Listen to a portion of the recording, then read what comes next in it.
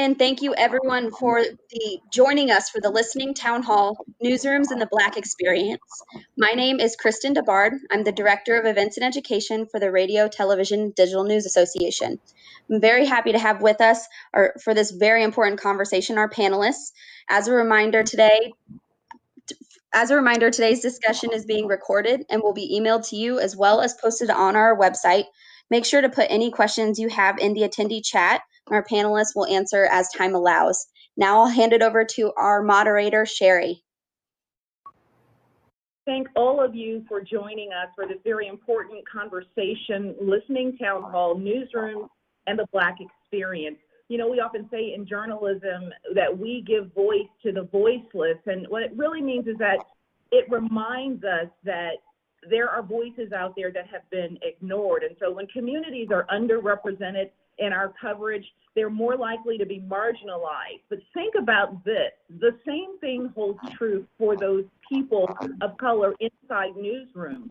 RTDNA surveys show that Black and Indigenous people of color are underrepresented in newsrooms, particularly in management roles. And so we're going to get into a little of that as our nation is now reckoning with race and equity and inclusion. Our newsrooms are also going through something as well at this time. And so that's what we're talking about, the Black experience inside newsrooms. And we have a courageous panel for you to listen to today, to learn from today. I want to introduce them. We'll start up top on the right. That's Shamaria Morrison from WPSD in Paducah, Kentucky, who I think courageously said to her colleagues, "We are not okay." JJ Green from WTOP Radio National Security Correspondent is going to be joining us shortly. Tori Morrison, who's up there on the left in the green. Tori, thank you. Tori Mason from CBS4 in Denver. She answered the call from her news director, saying in one word about how she was feeling, exhausted. And also on our panel this morning, Chris Thomas from ABC 10 in Sacramento, whose YouTube clip, "What's Wrong with Saying All Lives Matter, Black Lives Matter," has been viewed 52,000 times as of this morning. I want to thank all of you for joining us and sharing what you shared with people. You know, we're just a few months out from the George Floyd death that really raised the level and the temperature on race relations in our country, seeing a man killed on camera with an officer kneeling in his neck. It prompted something in each one of you that we're talking about today. But I want to just begin, because we are also dealing with Jacob Blake in this moment, with how you are feeling. I'll start with you, Tori. How are you feeling on this day? Well, initially I was a little exhausted. The protest coverage has dwindled down, but after the events in Kenosha, now I'm feeling a little anxious because are we going to have to go through this again? And some people of color, reporters of color, feel really empowered speaking, reporting about these events. But for me, I feel really jolted because it's tough to appear unbiased to viewers right now when you're kind of wearing your bias on your skin. And that's something I'm still trying to learn to deal with, learn how to navigate. And it's been really hard, but we'll see where this is going. It's tough to talk about, even here. Well, living it while reporting it, I think, is a challenge. Chris, let me ask you, how are you feeling? Your podcast, Colors, that's for JJ. How are you feeling today? Mm-hmm.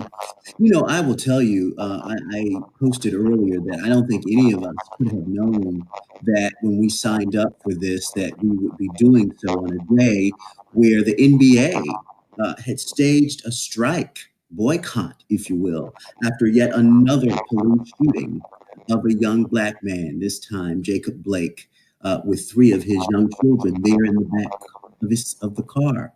And so, you know, there is just a degree of frustration and just saying, how long must we have these conversations? It happens over and over and over again. And so I thank you all for creating this forum for us to be able to talk through this, to talk through some of the things that we're doing in our newsrooms across the country as a way to help folks deal with what is just quite a time in our history. Shamaria, you said we are not okay. How are you today? In this moment, still not okay. I have actually not even fully watched that video of Mr. Blake being shot, just because for me, it's a form of trauma, and I know millions of other Americans, white, black, yellow, all in the middle. It's a form of trauma, and so if I don't have to watch it, I choose not to. Those are honestly conversations we're having in our newsroom. I remember back then, watching things like this, we asked ourselves during George Floyd, like, how many times do you show that video to show a point, and at what point are you crossing that line of intentionally inflicting trauma on not only your newsroom staff, but the people who you're trying to communicate that with? So during this moment, still not okay, still trying to kind of figure it out, honestly, day by day. Shamaria, thank you. We're having just a little trouble with some of the audio there, and I think when you speak, Shamaria, I hear it a lot. So I don't know if there's anyone in the room that can check that out just a little bit for you. Let me ask this question, because using your platforms to speak on something that has been so personal to you, a lot of journalists don't necessarily feel empowered to do that inside their newsrooms. And so let me ask you, I'm going to start with you on this one, Tori, because you had a unique situation where your boss asked you how you were feeling. You can't. Okay. So I'm unable. I can't hear you. Chris, can you hear me okay? Yes, I can hear you. Why don't you weigh in on that, and we'll figure out. Could not hear Tori answer that. But what in your newsroom made you feel comfortable to share what you shared about how you were feeling, and in being so exposed on the All Lives Matter question, which a lot of us get? Mm-hmm. Did you have any doubts or worries about your really authentic and heartfelt response to that? Well, I will tell you, I did, because I think we're so accustomed to asking the questions and to trying to understand where others are coming from, and to sharing those voices, and to kind of turn that around and find ourselves in this very unique space is different. For us, it was, we had a viewer who wrote in and asked a question. She said, why is it that people have an issue with folks saying all lives matter? All lives do matter, don't they? Was her question. And so we try to respond. We ask people to text in questions. We ask people to weigh in if they have things that they want us to respond to. And given the George Floyd incident, I felt that it was something that deserved a response, and she seemed like she was really coming from a sincere space. She wanted to understand, what is the issue?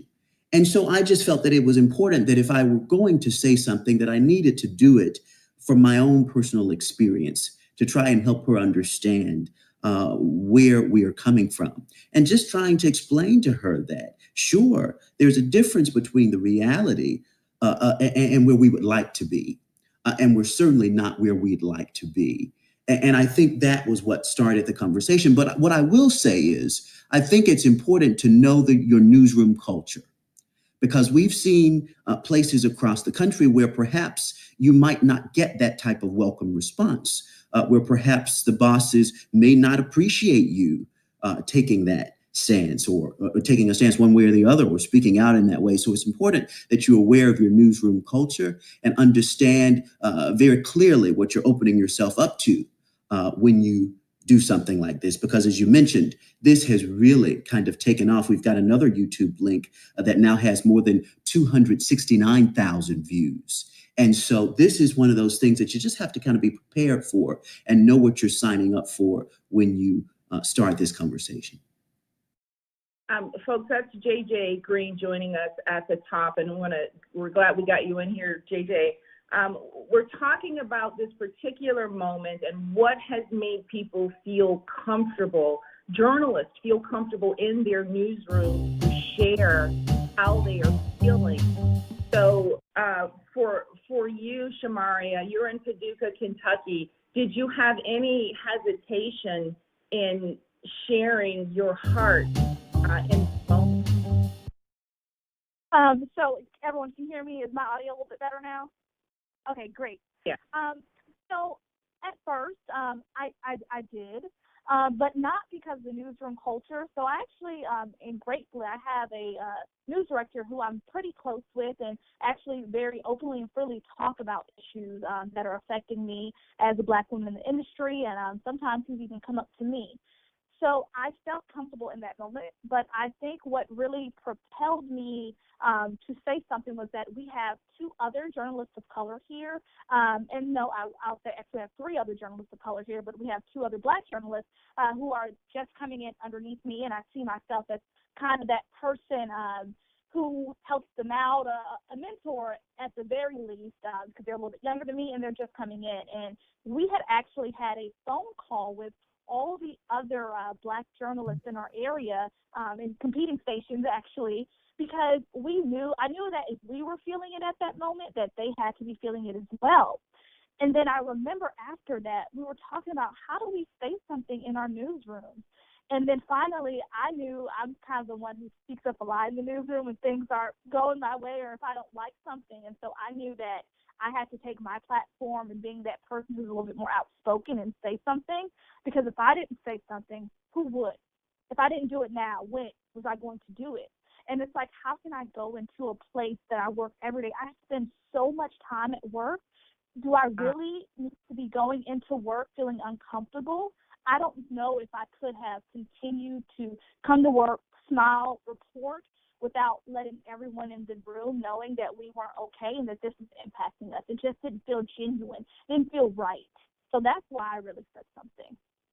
I want to go to JJ, just some response on that, because JJ, we've talked here, this idea of speaking up and speaking out right now as a journalist. In your experience, you're also a security reporter as well, national security reporter, but can you talk about how, refreshing it is that people do get to speak up about this, those who do, but also that understanding that people have worked for decades and not said anything?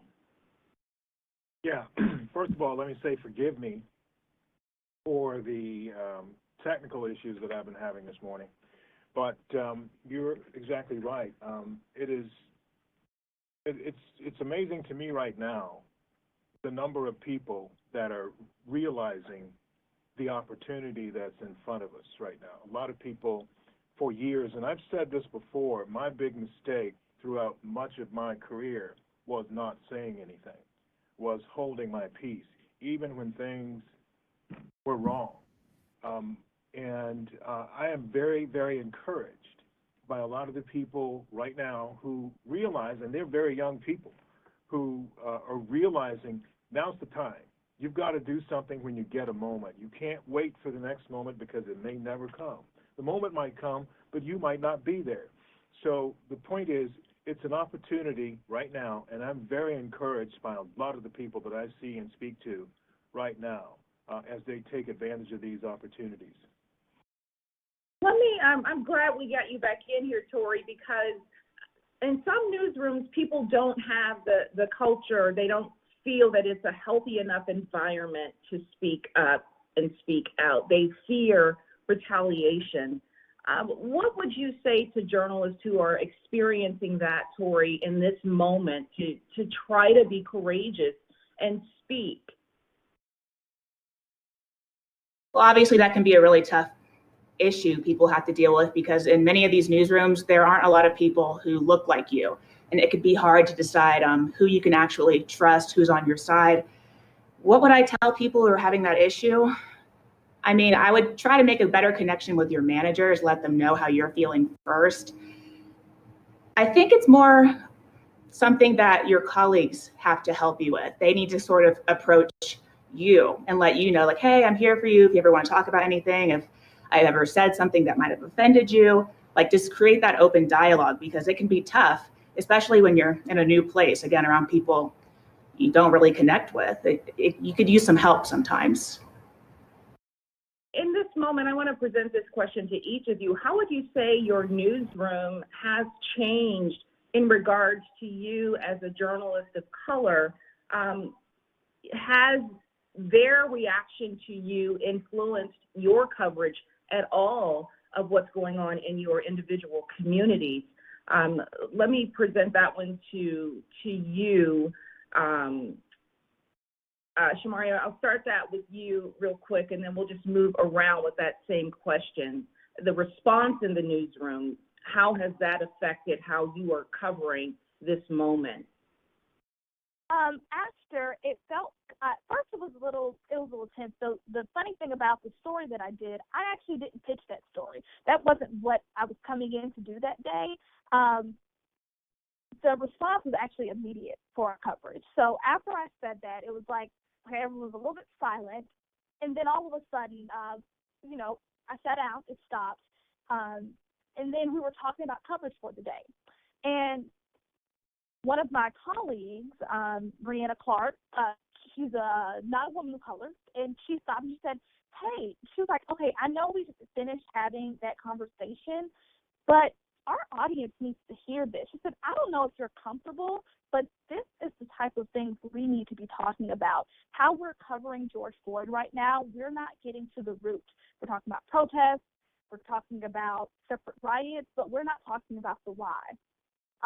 So they said, if you're comfortable sharing this, we would love for you to do so, knowing, honestly, what kind of area that we're in. There are several places in the immediate area that I cover that are former sundown towns. There are areas that just an hour and a half, there are active KKK chapters just a few miles away, from where we are. And so, with that being the backdrop, that was very courageous for a newsroom for us to do. But nonetheless, after that, we switched every single story that we had on our on the day to do, and they were all reflective of how people of color are feeling, why these people are protesting. And so coverage immediately changed. And in the days and weeks after that, more questions started to be asked about how we were covering things. Were we actually getting to the root? How are we talking about rioters versus protesters? What does it mean when we talk about language of African American versus Black? So these are questions that we started to ask that people weren't asking before, and I don't know if it was because they weren't comfortable or it just never occurred to them to ask, but we're starting to ask those. Mm-hmm. I would have to agree. Yeah, Chris, go ahead, because you guys have that sort of give and take now with people with those 2 YouTube links responding. Right. I mean, it has been really, I've been impressed because you never know how people are going to respond in these scenarios. I'll just read you one example of a response that we got from a viewer. He says, my grandkids are beautiful Black Mexican boys. Today, your message inspired me and made me cry. You matter. I respect you. I appreciate you delivering a message that I am sure will make an impact. I recorded it and will play it back to my grandkids and tell them this is who you can be. Yes, Black Lives Matter. Signed, Felipe. And so there are just so many people in our community who are looking for honest conversation, who are looking for us to acknowledge that this is not business as usual, that this is a moment that we're having. And beyond that, it's part of a movement. And when you talk about, well, what has happened in the newsroom, a great deal has happened in the newsroom. I have to give credit to ABC 10 and Tegna. I will say that ABC 10 and Tegna, it's one of the few places where I have felt in my career. I started working in newsrooms at 16 years old, where I feel they really do welcome feedback, and they want you to be your best, most authentic, most genuine self. They want you to call it how it is, and they appreciate that. And that means something. So I think people should think about that as they're thinking about where do they want to work, what's the type of environment you want to kind of grow in. That makes a big difference. And so one of the things that we have done in our newsroom, we are now launching a race and culture unit where we will dedicate reporters and staff to covering these very sensitive issues, because, you have to put investment, you have to put time into things that you claim you care about. It's one thing to talk about it, it's another to do it. And so we're taking that step. Tegna, to their credit, they are now launching a conversation around how do we make sure that we have a workforce that reflects the communities that they serve from bottom up. And I think that that's the type of thing that matters. And Chris, that's a very good point, having that outlet questions that really people didn't know where to ask these questions. Mm-hmm. JJ, you co-host the Colors podcast, which gives people this sort of opportunity to speak about race and really to ask these questions and tell their own story. Can you respond to, how Colors has really helped give people an outlet in this moment, but also how your coverage and your perspective has influenced coverage in your newsroom? Well, I've been around long enough to remember, in fact, to report on the Rodney King situation in Los Angeles in 1992. At that point, a colleague and I were doing a radio show shortly after that called Black and White. He's white, I'm black. The objective at that time was to talk about talking. Let's everyone speak and let's everyone talk about this instead of talking, amongst ourselves, the races separate. Let's see if we can encourage dialogue between the races, all races. So after that, I began thinking, how can I make this work in the future? Because we thought we had something good there. The program went away in the 90s. Here we are again, almost 30 years later. We've got the same problem here. It's worse in some situations. So the question was, how do we do something better? So I spoke to this guy again, and we said, we need to do this program again. Let's try it in a podcast, and let's call it Colors. Colors, so that everyone is welcome, everyone participates, everyone understands that this is not just about black and white anymore. This is about everyone understanding the movement. And as you look at the movement out there, you see a lot more people that aren't black in the streets doing what it is that we've been talking about doing. So the objective was to get people talking amongst the races. It's been pretty successful. We've gotten a lot of really good feedback. Now, in terms of the newsroom here, the effort has been sincere at WTOP. I can tell you for sure, very sincere. There have been some stumbling blocks because, this is, let's be honest about it, this is not something that people of different races have been comfortable talking about.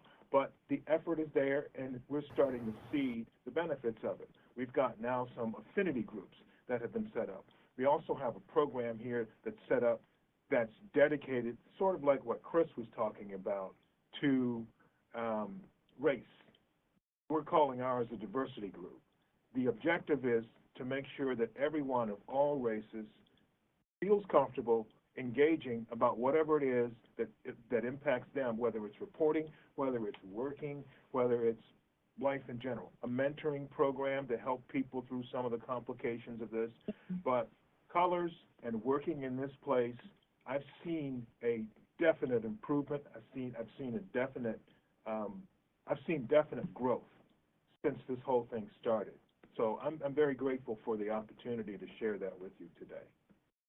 And I will say that I think we are, some of the media companies have, I work for Nexstar Media, and that is one of the things that they instituted, these diversity groups within stations. And so we have repeated sort of this process. So if we go back to Trayvon Martin, then Michael Brown. And so we have just this thing that keeps happening over and over again. And a lot of what we're hearing, certainly from younger people, Shamaria, is that there needs to be action there's a lot of talk. And so when we talk about what's happening in newsrooms and in our industry, on the action part, where that lack of diversity in these upper echelons of management still exists, how can we create something that is more tangible, that people in newsrooms, because a lot of times people are in cities by themselves, you know, they could be in a Paducah, Kentucky, or a smaller community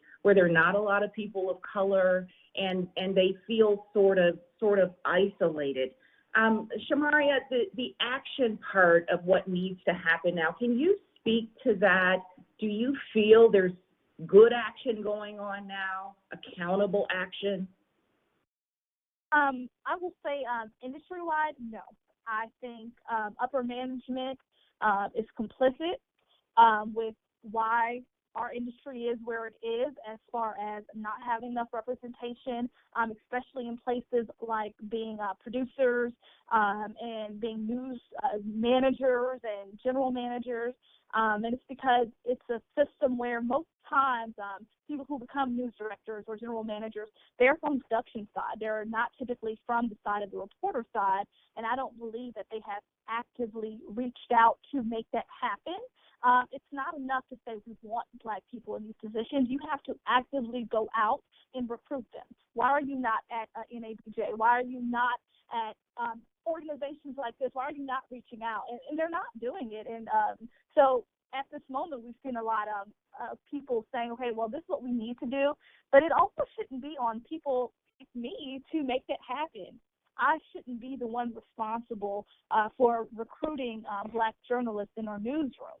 That's your job. As you know, when I say your, upper management who should be watching something like this, just ask, well, how can I make it better? After these conversations have been started by journalists like us, it's now their turn to pick up the reins and say, okay, how are we going to tangibly make this happen, and not make it be another 10 years, 5 years before it's the right time to propel some of these people into these positions of power to actually make change, because my voice only goes so far. Mm-hmm. And so we know, just want to say, I know for the companies represented here today, they did participate in the recent virtual NABJ, but to your point, Shamaria, programs, training types of programs that can be measured on getting people in, developing them, and so that we're not sort of repeating cycles in our industry. JJ, you've been at this a while. Can you talk about how you think we as an industry could benefit? Oh, we lost him. So I wanted to ask him about speaking as how we would benefit as an industry from having that. Chris, you're mid-career, if you will. Mm-hmm. Do you think, you're with Tegna, great company. Do you think that those things that are in place really are developing and bringing people of color into these positions so they can influence what's happening in news? Well, Tegna has launched a company-wide diversity and inclusion work group. They just had their first meeting on Tuesday of this week, as a matter of fact, and that is their focus. Tegna is looking at how do we recruit, retain, and also make sure that we're bringing in diverse folks into the roles of management. It's company-wide. It's a conversation that is being had in Tegna. Again, my hat's off to them for really acknowledging this was the time and place to do it. One of the other things that Tegna did, they actually sent out not just my commentary, but other examples throughout the company of ways that people can kind of deal with this moment, because they know there were questions around, well, how are you feeling? What do you think should be done? What's okay to do?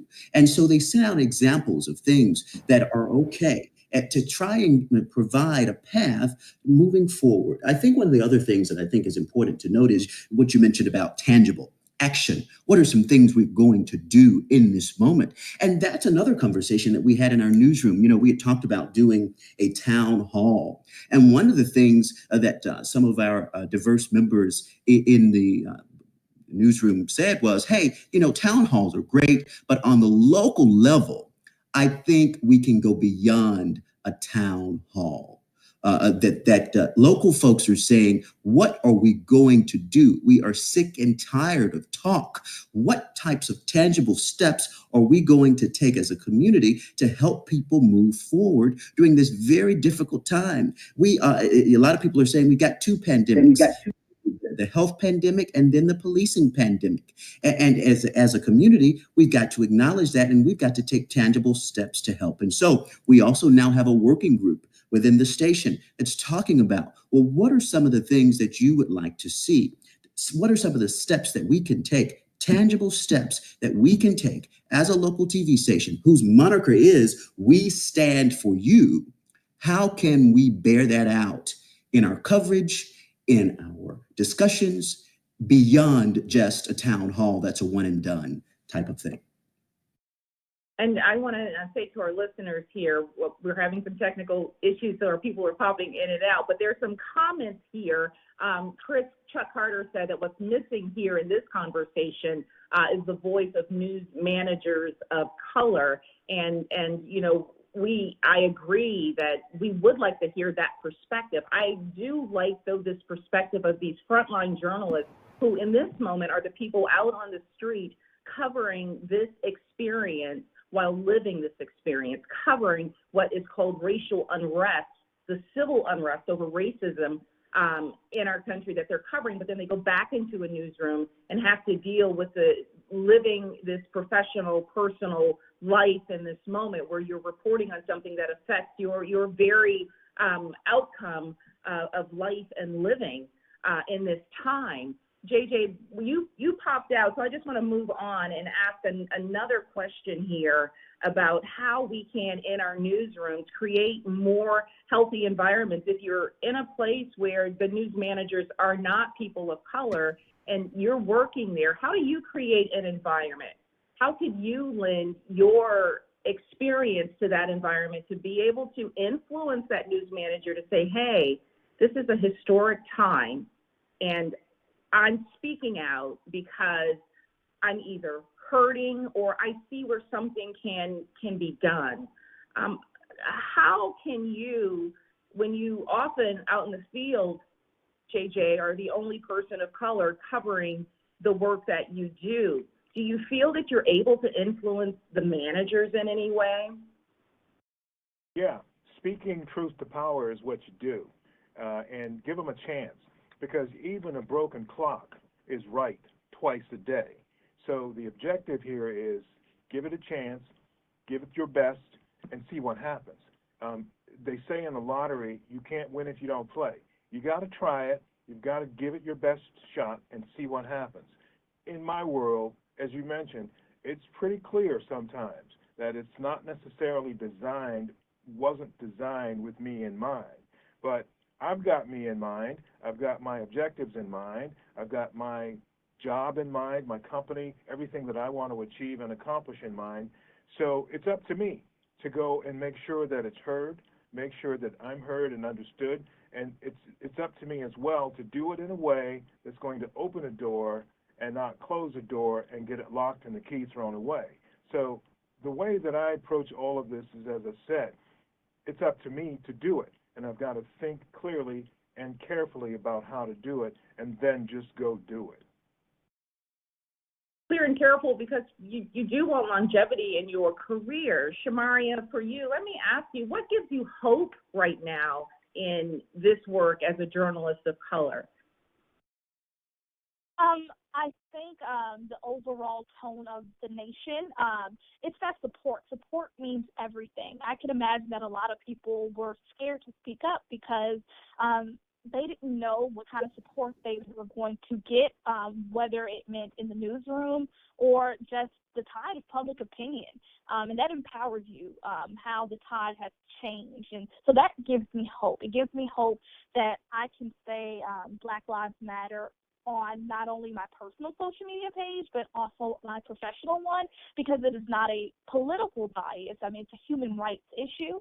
And I know that not only will my colleagues, my newsroom will have my back, but public opinion also will be on my side. And even if it was not on my side at the moment, I would probably still say it, but it makes that difference. It really does, and no one can say that it won't.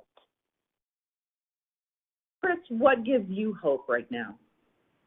Well, it's one of the things that I said in my commentary. I'm hopeful because you know this well. I grew up in a place once called Birmingham.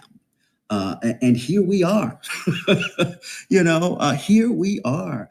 I am evening anchor in the capital city of California, and I'm able to sit in this space. And I'm fortunate that I have managers who invite me to the table, who hear my voice, who open me and allow me to share my thoughts, very personal thoughts about this moment. And I think that's why it's important when we are in these spaces, it's up to us to use our own voices to speak to the moment. Because, like I think as JJ said earlier, there is no guarantee that you'll ever get this moment again. And it's about what you choose to do with it. I'm hopeful because we see things like the NBA boycott or strike, where people are saying enough is enough. I'm hopeful because we see Tegna launching this company-wide diversity initiative. I'm hopeful because we see people across the country walking, Black, white, of all races, saying enough is enough, declaring Black Lives Matter. I'm hopeful because at the end of the day, I know Mama has told me stories about we've been around long enough where my mother was there when she saw the whites only placards.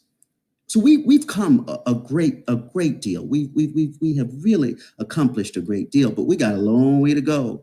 And the only way that we're going to get better is through conversation. And that's what you all are doing. And I thank you so very much for doing this. I think that's one of the key reasons RTDNA wants to facilitate this discussion, because as we're hearing and seeing people chime in here, that it's raising the question about news managers checking in on people of color, having news managers of color, having their voice be a part of this discussion, especially because they are smaller in number. Some of them saying that they would like to bounce ideas off of other managers of color. I want to go back to this question of hope. Let me go to Tori real quick on that, and then I'll come to you, JJ. Tori, I'm asking, what gives you hope right now? Man, I mean, diversity in newsrooms it's very bleak, but just looking at the rundowns lately, in our shows, I've always gotten a lot of opportunities to pitch stories about people of color in our community. And sometimes they'd run, sometimes they'd be later in the show, sometimes they would say, oh yeah, we'll come back to that. Now these stories are happening. They're like, great, go do that today. I feel like I have a lot more latitude to do stories about people who look like me, put people who look like me on the news outside of the month of February. Amen. JJ, what gives you hope right now? This, seeing all of you, talking to all of you, and the fact that we're actually doing this, and more so, this is not the only effort like this that's underway right now. There are other organizations that are doing this. There are lots of conversations that are taking place in a lot of different places. And I can tell you for sure, some of these places where these conversations are taking place are reluctant conversations. That may sound weird, but that's a part of the reasons for the hope. Because in the past, people who would be having these conversations reluctantly may not have felt they needed to make that move, may have felt that they could continue with business as usual. But even the reluctant folks are having these conversations now because they recognize it's a new day. And why do I say it's a new day? It's because I've been told it's a new day, and not by African Americans, not by people that are Black or brown, but by other people within many organizations that have realized what essentially was going on for so long, and that is just thinking, okay, this is going to blow over and we'll just get back to business as usual. It's not. We're not going back to business as usual, and people recognize and understand it's time for them to get on board. And so that's what gives me hope. Let me juxtapose the hope question, though, with some of the unexpected response, the negative response to journalists of color speaking out about this moment? What has surprised you in that lane? What type of response have you received that's been negative and not heartfelt? Because we see pushback, certainly in the protests out there. We saw what happened in Wisconsin Tuesday night, that for all of these people trying to shed light, there are people opposed to those types of changes. Let me go to you, Chris, and then I'll go to you, Shamaria. I don't know that that negativity surprised me. If anything, I was expecting a degree of negativity, given the nature of what we are talking about. I think what has surprised me is the overwhelming positivity that I have received. I mean, people from all over the world have reached out. And just talking about how they appreciated the way that we approach this from a standpoint, not accusatory, not angry, but really trying to express to people that when you respond to someone with all lives matter, when they say Black Lives Matter, you're suggesting that somehow we've overcome, that somehow all the things that we are experiencing are moot. And we know that's not true. We know that we still have work to do. And I just want to read one other comment that I got, because I want you to see the types of things that people have been saying to us. I want to thank you for speaking on Black Lives Matter. You brought tears to my eyes. As a white woman, I now see it clearly. Black lives do matter. One of the things that someone said that had a bit of nuance that I think is something that we're seeing from people, they said, well, why don't you all say Black Lives Matter also, or Black Lives Matter too? But, I thought the president said it well last week during the national convention when he said, Black Lives Matter no more and no less. And I think that is the thing that kind of gets people hung up. Why do folks get so up in arms when people proclaim that my life matters? What is it about that makes them recoil? I think we have to think about that. I think that's what's been a surprise. The fact that for some reason, me declaring my worth makes you feel some type of way. And so as journalists, being able to tell and share that story, Shamaria, I wanted to present that question to you as well. What type of response has surprised you? This could either be from colleagues or the community. There was way more positive than there was negative, but there were a couple people immediately after who emailed the newsroom, who emailed me saying, stop with all the Black Lives Matter, and this is not your pulpit to be declaring what we should or shouldn't do. So I had that, and I also was not surprised by that. What I was more so surprised at was the amount of people who told me they just didn't know. Because I didn't know how to handle that. I didn't know, did you just not know, or did you just not care enough to know? And I still grapple with that sometimes. People saying, well, I didn't know Black people felt that way. I didn't know you experienced racism in the newsroom. Or, and when I say racism in the newsroom, it's not that overt. It's like it's the small little things. Like, if someone in your newsroom is talking about your new hairdo, or you're coming in and you decided to go natural or something like that. Oh, or you look better with your hair straight. Those are the little undertones that people don't realize have those racist undertones, and they don't understand the history of it. And so you don't know it, but I still don't know how to, like I say, grapple with that whole thing of we just didn't know. Sometimes I don't believe them when they say they just didn't know. I just don't think they had that, they didn't feel the care because it wasn't impacting them directly. But overall, it has been way more positive than ever negative.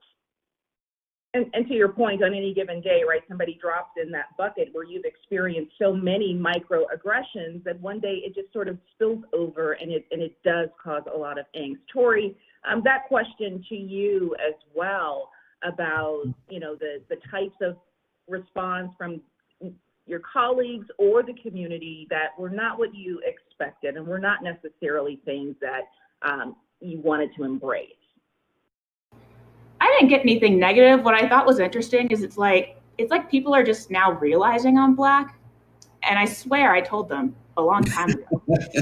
But, my news director, he actually gave us a platform to speak about these issues. He emailed all the people of color, the Black people in the newsroom. And I gave him like a 2-page essay. I was writing this before he even asked our opinions. And he published it, and my coworkers started reading it, and they were texting me saying, "Oh my God, I had no idea you felt this way." I mean, well, it's not something I just complain about like vocally, but it was nice to have that opportunity to be able to share what's going on in my mind, especially because I haven't seen my coworkers since March. How are they supposed to know what I'm feeling? They literally don't see me. However, in some other newsrooms, maybe not in Denver, maybe I know of one example in Alabama, that is not welcome. Sharing your feelings about how you feel as a reporter, as a Black reporter at this time is not welcome. And I feel disgusted that some people are going through that. And here we have this opportunity to just speak our minds. And it's freedom of speech. That's something we're supposed to do. But a lot of people are being silenced about how they feel right now. And so that's a good point, JJ. I want to get to you because you've got some perspective.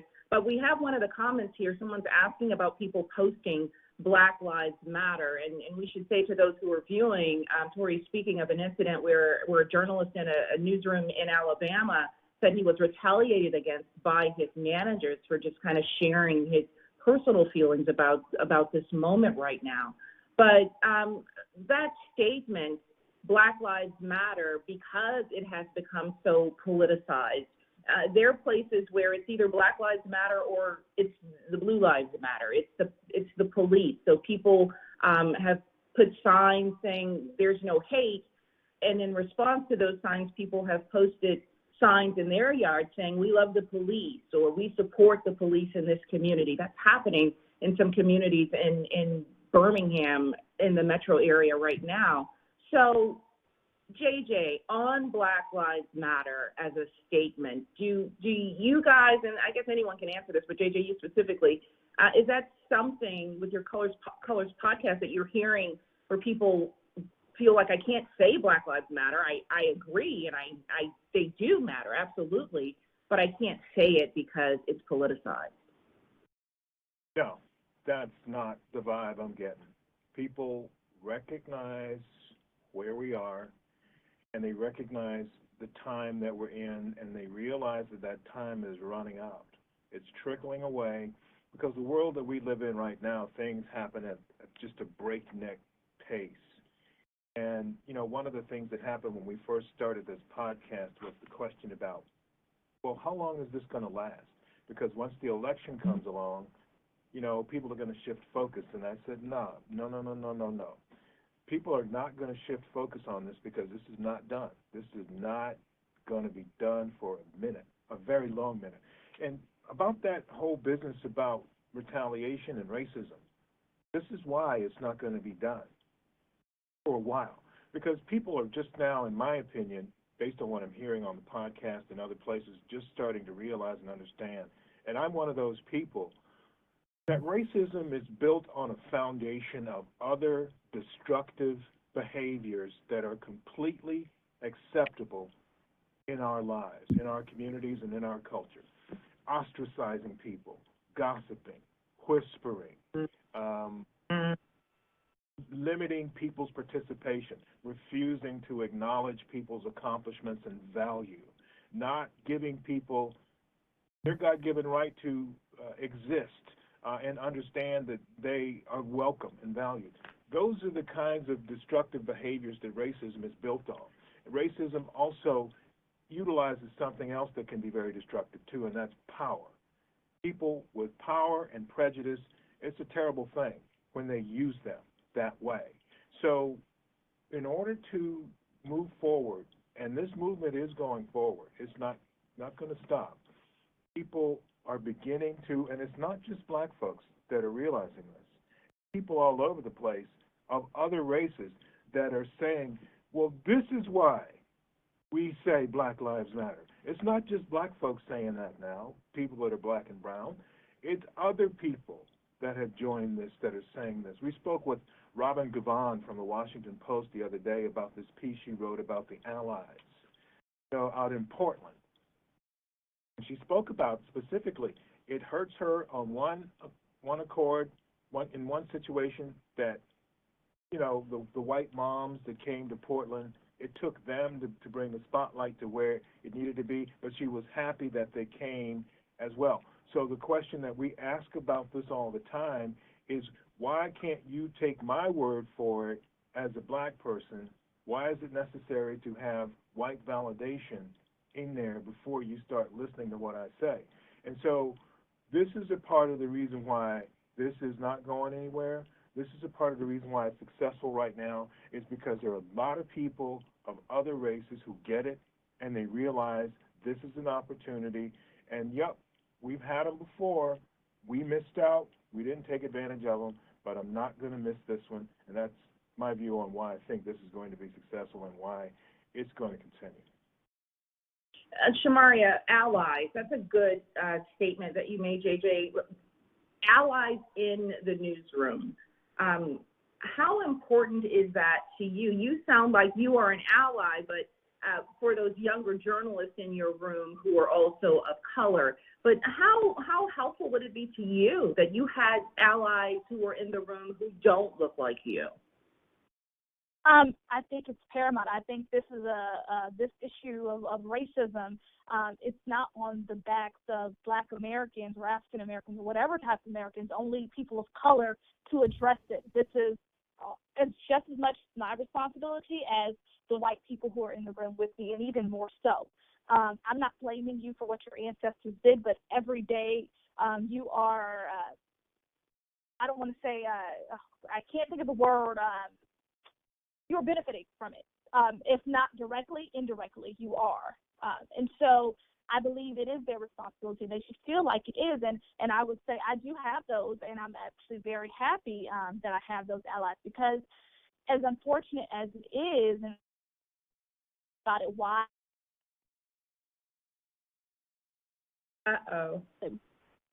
Just a white person.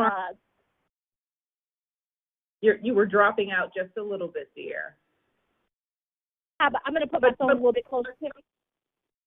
Okay, well, we heard the gist of what you said, that you do have some allies. And let me just move over to Chris really quick. Chris, can you talk about, how can we create more allies in those other levels of management inside our buildings?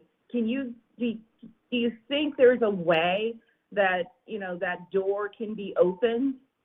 Well, you know what I will say, as we were talking about retaliation and things of that nature, I would just say we know the nature of this business. It's a contract type business. And I think that what folks should remember is that this too shall pass, that if you are in an environment where you don't feel comfortable, make sure that you write that down as one of the main things that you're going to look to when you get ready to go to your next station. Make sure that you're thinking about these things as you're thinking about what's the type of place you want to work. A lot of times we act like we just so happen to get a job, but in many ways we ought to be interviewing them as well. We ought to be asking these types of things and talking about the type of culture that they have in a space. I think one of the other things that we have to talk about when you bring up this question of allies is, how do we cultivate our young journalists? How do we help them and empower them to have a voice? We have a young lady who is part of our digital team at ABC 10. And one of the things that we saw happen when we came to them and said, hey, I know you all are talking about doing a town hall, but folks don't want to hear. People are tired of talking locally. We need to talk about what are we going to do. And she was one of the ones who felt empowered to speak up. She said, you know what? I was thinking the exact same thing, but I just didn't know if I should say it. You know what I mean? I just didn't know if anybody would listen to me. And she said, I felt so empowered knowing that others were feeling the same way. And I say that to say sometimes you, in many cases, are not alone, but it's because you're choosing not to speak up that others are kind of sitting back.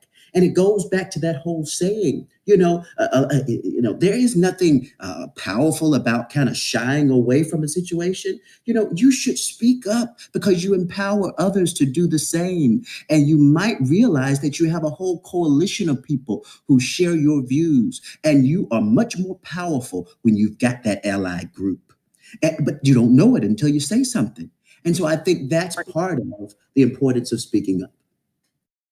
Tori, how important would you say it is that your news manager be someone who is kind of in tune to the staff, to the reporters when something like this is going on? Do you feel you would have been able to say something, or you would have said something if your boss hadn't said, "Hey, Tori, how are you feeling right now?" Absolutely. I tell that man everything I'm feeling, and that's why I work here. I couldn't imagine working for somebody I didn't feel comfortable talking to, especially problems as serious as this. And what's so crazy is, like, I'm staring at a screen full of Black people brainstorming ways on how to make Black people feel more comfortable in newsrooms, how to make Black people more leaders in newsrooms. And we're taking a lot of this responsibility, but I feel like there should be some other people in this conversation. It's like we're trying to figure out how to fix things for ourselves, but where are those people we're working for? Where's their roundtable? Are they talking about this? Good point. Good point. Like, why is this our job? And so, again, I want to say RTDNA facilitating this conversation, I think it's a starter. I think it is an ongoing conversation about the Black experience in newsrooms, because it is unique. I'm going to call that a 5-minute warning for us, maybe 4 minutes, and just go to some closing thoughts really quick. We'll start with you, JJ, and then we'll just work our way back around. Tori, I'll let you close it out. But just your closing thoughts on this RTDNA discussion. Someone asked, do we partner with NABJ and NAHJ and other organizations to be able to have this on a broader level, a bigger scale discussion about this experience for people of color in newsrooms? JJ, your final thoughts. Yeah, we have to partner. We have to partner with other news organizations. We have to partner with our neighbors. We have to partner with strangers. We have to partner with everybody that's out there, because at the end of the day, what's happening right now is not about us sitting here professionally discussing this because we get it. You know, it's not about the other people who are going to make the hiring decisions who get it. It's about the people that are left out, that are marginalized, that don't have a voice, knowing that they have a voice. And it's up to us and everybody else to make sure that everyone has a seat at the table. Because if you don't have a seat at the table, you can't get fed. If you can't get fed, you don't get nourished. If you don't get nourished, you die. You don't live, you die. And this is not what we want to happen to this particular situation. We don't want this effort to die on the vine. Well said. Shamaria? I feel the same way. I think we go past this moment by figuring out what do we do next? How do we make sure that what's happening in our newsrooms are not a moment, but a movement, as we keep saying about the national movement? How are we holding them accountable and making sure that we're taking away those tangibles? And that means we want numbers, we want hard data. The same thing we ask of people out in the field, we want the same thing in our newsrooms. I want to go to Tori because Chris has been preaching this whole time, so I'm going to let him close us out. Your closing thought. Honestly, looking around the newsrooms I've been in, I'm always, if not the only Black person, very few of us. I think we need to hold our managers accountable. We need to see who they're bringing in for these interviews, and they need to do a better job at putting the effort in to find more diverse voices. And that could be, different sexes, like any race. It could be just bring something else to the table. And sorry, I'm getting a little feedback there.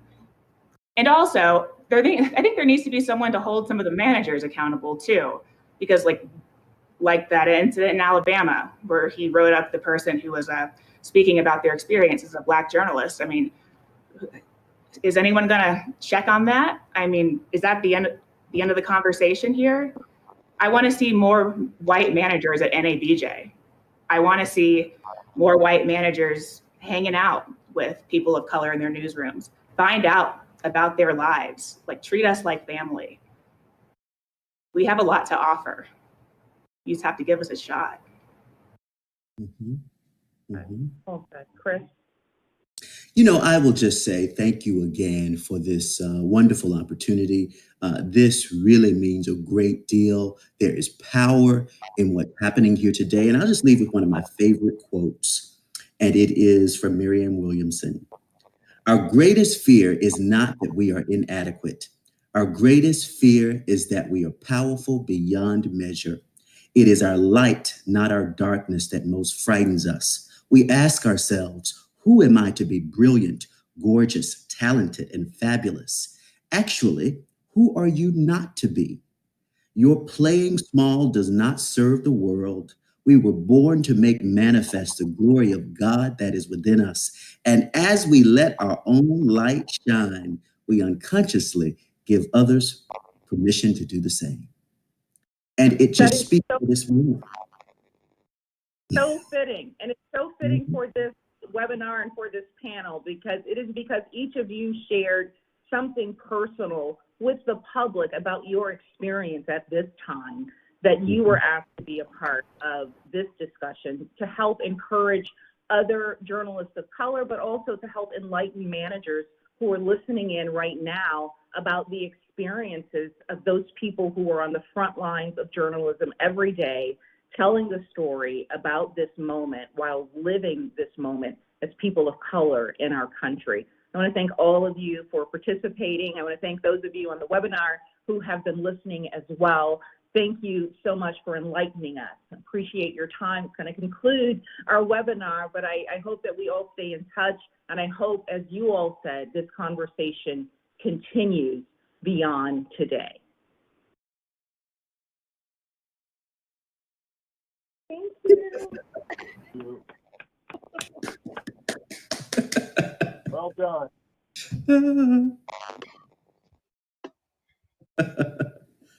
That was good, Paul. Thank you all for attending. Thank you all for participating, giving us all of your awesome perspectives. I will not echo exactly what Sherri said, but we really appreciate that you helped us at RTDNA get this conversation started. And this is something that we do value, and we do want to continue the efforts that everyone in your newsrooms, everyone in every newsroom is putting forth in this conversation. So I appreciate you guys being willing to come on for us today. I saw a couple comments asking about the recording. It will be emailed out to all attendees shortly following the ending of this, and it's also going to be on our website, www.rtdna.org.